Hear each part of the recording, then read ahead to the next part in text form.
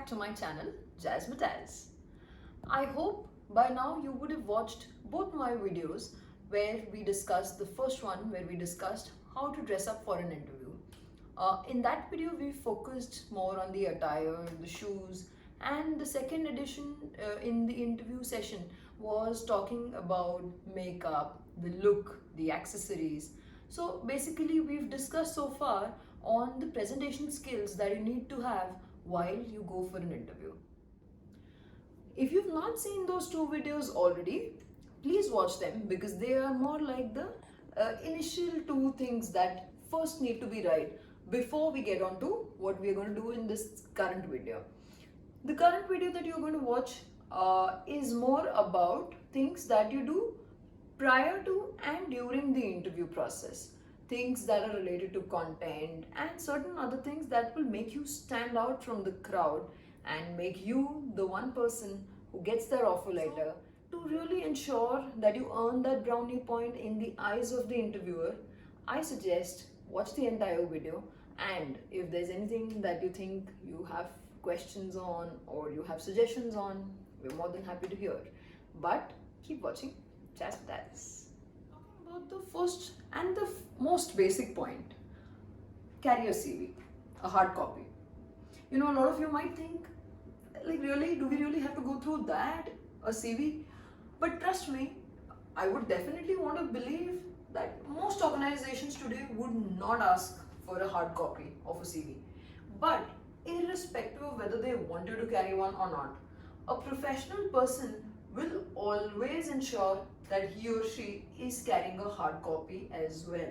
It's always easier and a smarter thing to do when somebody, some random person, the HR or the direct reporting manager, anybody, let's not think who, let's think why it could help you. Hence, like I said, irrespective of whether you've been asked for it or not, carry a hard copy and please ensure it's not folded, it's not dirty, it's well kept. You have to carry a bag or a folder which ensures that the CV does not get folded or untidy from any corners at all. Strict no. The reason why everybody is going to be focusing a lot on basics is because most of the times we forget doing the basic things. We are so focused on getting that job, worrying about not doing anything wrong and stuff like that, that makes us forget very basic things like studying about the organization that we are going to. Of course, when you are called for an interview, chances are you already know quite a few things pretty well. But what if there are certain very basic underlying things that you forget to study about, like seeing their website, checking about the founder members, the board of directors, the owners, the person who is the key, the hand behind the entire organization, if they're listed, checking their market valuation, small basic things like that. But it's very important to be well aware and well read about the organization.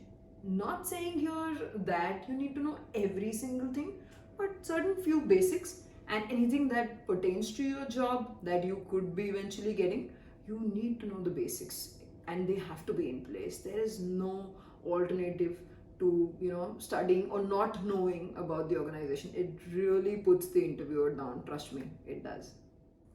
Another basic, smile. It's very important because normally when we're nervous we forget to smile. It's important to be a little nervous also, but it's important that we, irrespective of everything, keep smiling. Shake hands, introduce yourself to every interviewer for every round. Do not assume they know you already. They might have a CV in their hands and things like that, but it's very important that you shake hands with every person irrespective of the gender.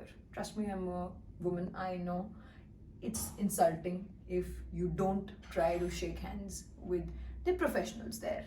It does not matter, gender and all that is not important.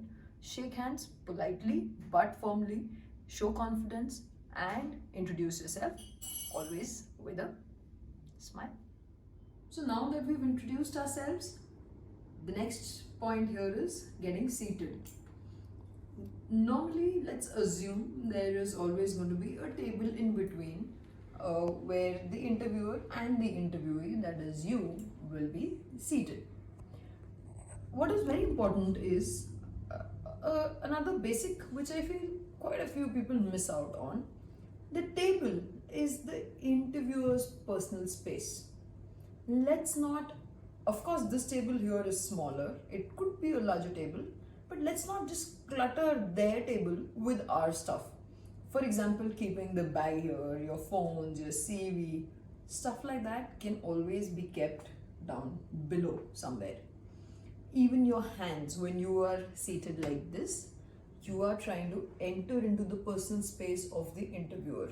A better way of sitting is always like this, where you have not cluttered the table at all. In fact, do not try and keep nothing, not even your phones, nothing on the table, because that's not really the right thing to do. You should always be seated like this. Do not fold your hands, not really a great sign in body language. Sit erect, straight. Do not bend, lean, get too comfortable. It's not the right thing to do. Sit straight. Do not lean, in fact, on the chair also. Sit straight and be attentive. Of course, ensure you listen to everything that the interviewer says. So what would happen if I look somewhere else and talk to you? Doesn't make sense, right? You would always want to look into the eye of the interviewer and then talk. It shows confidence. It exhibits the fact that you're well aware of what you're talking and you believe in it as well. It is, again, at the cost of repetition, I would want to say this. It is very important that we smile a lot. And the best thing is, if you could add a touch of humor to any of your answers, if it's possible, you should do it. Do not hesitate or think if this will be the right thing to say or not. If you can make the other person smile or make him laugh, go ahead, do it. Nobody's going to hang you for that. Along with that, very important point is remembering or working and ensuring that you have your key strengths and weaknesses on the top of your mind, because most of us tend to think a lot about what do I say when they ask my weakness. But what about your own strengths? What if you actually talk so much about your strengths in a way where the interviewer totally forgets about asking your weaknesses, or forget about making him forgetting that or not, but do ensure that you list down your strengths well and not miss out on some key achievements that you've made in your current organization. So all of that, the list of your key landmark achievements that you've made in your current organization need to be on the top of your mind. So do not forget to remember all the good points that you have about yourself.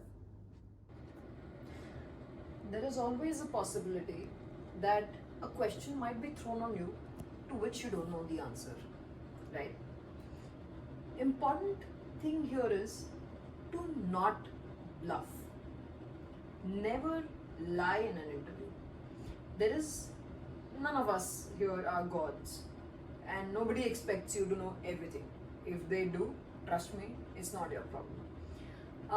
They might show that they expect you to know, but it's very important we accept that if there is something that you do not know the answer to, you accept it and say that I'm sorry, but I am not aware of this, and I can definitely ensure that I study and come back to you on it.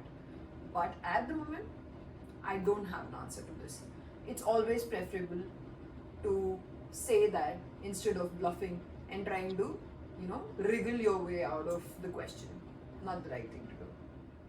Let's assume the interview went well and the interviewer asks that is there a question that you would want to ask? Always ensure you have intelligent questions to ask. It shows that you are serious about the job, you have good things to ask, and you are inquisitive. Because it's important that you show interest in asking or getting to know more about the organization, about things like, a few examples of intelligent questions could be things like asking about the hierarchy, asking about your personal growth path, asking about where does the company see heading itself in say 3, 5, 10 years from now. These questions will give you an edge over the other candidates, and even if sometimes the interviewer may not ask you, ensure you stop back and tell them that you have certain questions that you would want to ask. You should always ask good, intelligent questions. Very important, intelligent questions. There could be a lot of tips, tricks, and things that people could come and teach you all. But one very important thing that will not change or help you unless you ensure that you practice, practice, and practice. A good way of practicing is ensuring you do mock interviews and work hard. Ensure you read, study, and prepare yourself well, because confidence will be at its peak only when you're well prepared. It's important that you pay attention to details, minor things, basics, and once if everything is well done, I assure you that you will at least come out happy, feeling that you gave your best, and leave the rest to the destiny or God or whatever you believe in. But let's believe in giving our best, ensuring we do our best, and I'm sure if you give your best, there's nothing that can stop you, any of us. All the best, do well, get that job, get that offer letter. Keep watching Jazzmatazz also. Thank you.